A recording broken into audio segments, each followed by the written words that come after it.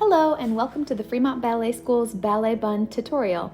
We are going to start with the high bun. This is the classical ballet bun, and we're starting with wet hair and making sure the hair is pulled back nice and smooth. So this bun is going to go at the crown of their head and just making sure that that hair is pulled back nice and smooth, no part in the hair.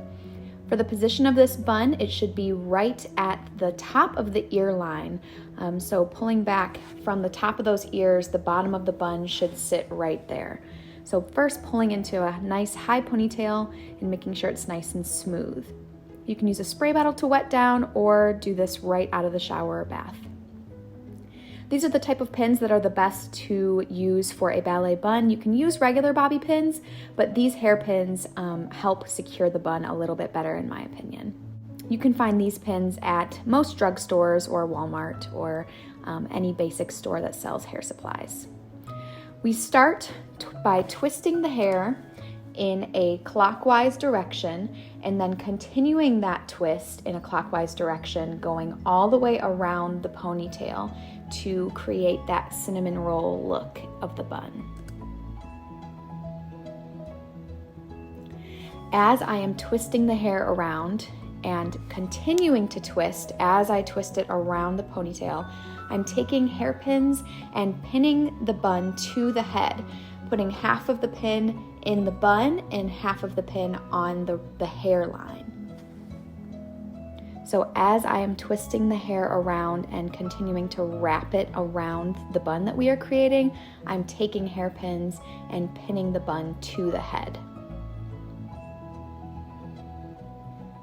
You want to continue to pin all the way around as you are creating the bun so that that bun stays secure onto the head and it doesn't flop away from the head. When you get to the very end of the hair, you want to make sure it's nice and twisted and tuck it kind of underneath the bun and then use hairpins to secure that part as well. Here is the bun, the finished look of the cinnamon roll part of the bun. Now we're going to take a hairnet. You want to get a hairnet that kind of is very similar to the color of your child's hair. So I used the light brown one with these girls even though they are blonde, and it worked pretty well. I wrap the hairnet around the hair and then take any extra and twist it up and wrap it around just like we did with the rest of that hair. So wrap it around the outside of the bun and use hairpins to secure that hairnet around the bun so it doesn't come out.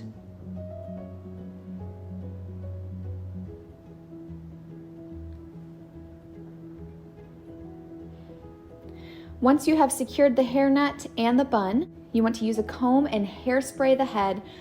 You can even use some water with this as well. So you want to get a nice slicked back look. You might want to spray it down with some water first, then comb it, then use some hairspray. I find it works best to kind of comb the hairspray into the bun because that helps to get the flyaways all secured down to the head. So I'm using hairspray and then taking the comb and smoothing that hair around so that any flyaways become secured onto the top of the head and around the head.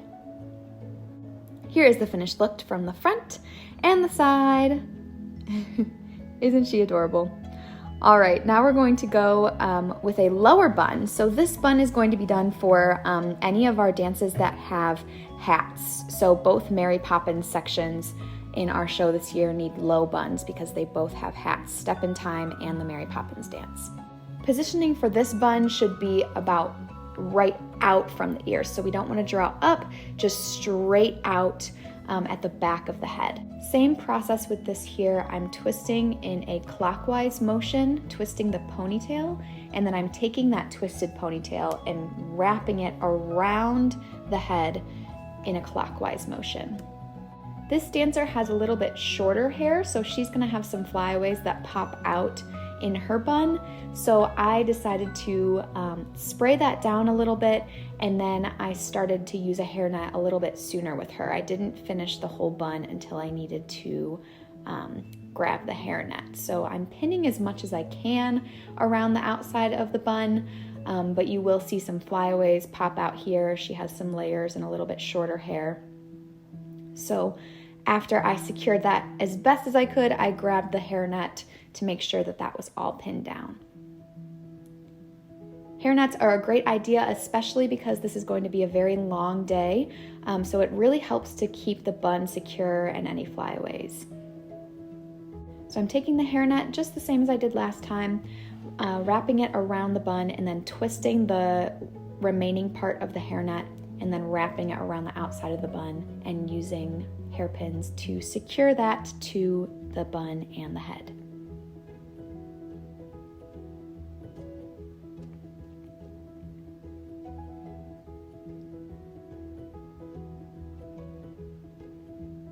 You want to make sure to use hairpins all the way around the bun so that there are no parts that are not secure to the head. It should feel tight onto the head and should not be loose. It should not come loose when the dancer shakes their head. So that's a good way to test, is have your child shake their head once you have pinned the bun down. And if they feel like it's gonna come loose or you see it start to come loose, that means you need to add some more hairpins.